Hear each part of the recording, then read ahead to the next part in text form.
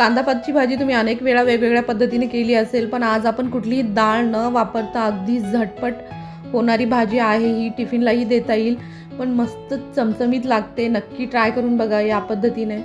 2 चमचे तेलामध्ये जिरे आणि मोहरी आपल्याला तडतडून घ्यायची. जिरे मोहरी गरम तेलामध्ये तडतडल्यानंतर आपल्याला थोडासा कढीपत्ता आणि हिरवी मिरची आणि लसूण, मी हिरवी मिरची 3 हिरव्या मिरच्या आणि लसूण पाकळ्या घेतल्यात 7 ते 8. त्यात लाल मिरची ऑप्शनल आहे, दिसायला छान दिसते आणि तळल्यानंतर भाजी छान लागते.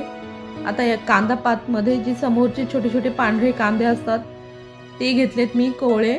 आणि कांदा, एक मोठा साईजचा कांदा किंवा 2 मीडियम साईजचे कांदे, तुम्हाला जशी भाजी ग्रेव्ही हवी असेल त्यानुसार तुम्ही कांदे वाढू शकता. आता मी हिरवी मिरची आपण वापरली आहे, त्यात परत लाल मिरची 1 चमचाभर टाकली आहे, अर्धा चमचा हळद आणि काश्मीरी लाल मिरची पावडर रंगासाठी, 2 चमचे बेसन. आपण कुठली डाळ वापरत नाही आहेत म्हणून थोडंसं बाइंडिंगसाठी आपण बेसन वापरलं आहे. धने पावडर 1 चमचाभर आणि मीठ, 1 टोमॅटो. आता हे मसाले छान परतून घ्यायचे आहेत. मसाले जळू नये म्हणून ह्यात थोडंसं पाणी टाकून घ्या. खूप कोरडं झालं आहे, आपण तेल खूप जास्त नाही वापरलं आहे.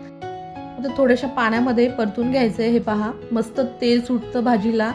कांदा टोमॅटो थोडासा शिजल्यानंतर आपल्याला त्यात कांदा पात घालून घ्यायची. हे पहा, 1-2 मिनटं याला छान शिजू द्या आणि मस्त तेल सुटलं आहे टोमॅटोलाही आणि आपल्या मसाल्यालाही. त्याच्यानंतर कांदा पात स्वच्छ धुवून कोरडी करून घ्या, म्हणजे कांदा पातमध्ये जर पाणी असेल तर भाजीमध्ये पाणी होईल. आपल्याला शक्य तितकं कमीत कमी पाण्याचा वापर करून घ्यायचा आहे, कारण कांदा पातला परत पाणी सुटतं आणि त्याची चव छान नाही लागत. कांदा पात कोरडी करून घ्या चाळणीवरती.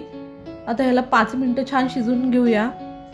हे पहा, 5 ते 7 मिनटानंतर ही भाजी झटपट बनते आणि ह्याला काही वेगळं पाणी नाही टाकलं. जर तुम्हाला परत पाणी वापरायचं असेल तर यात गरम पाणी टाका. कांदा पातला जेवढं पाणी सुटतं त्यातच छान भाजी शिजते. एक 5 ते 7 मिनटामध्ये आपली चमचमीत मस्त भाजी तयार आहे. चव वाढवण्यासाठी अजून आपण तडका ॲड केला आहे. व्हिडिओ आवडल्यास लाईक शेअर सबस्क्राईब करायला विसरू नका. थँक्यू.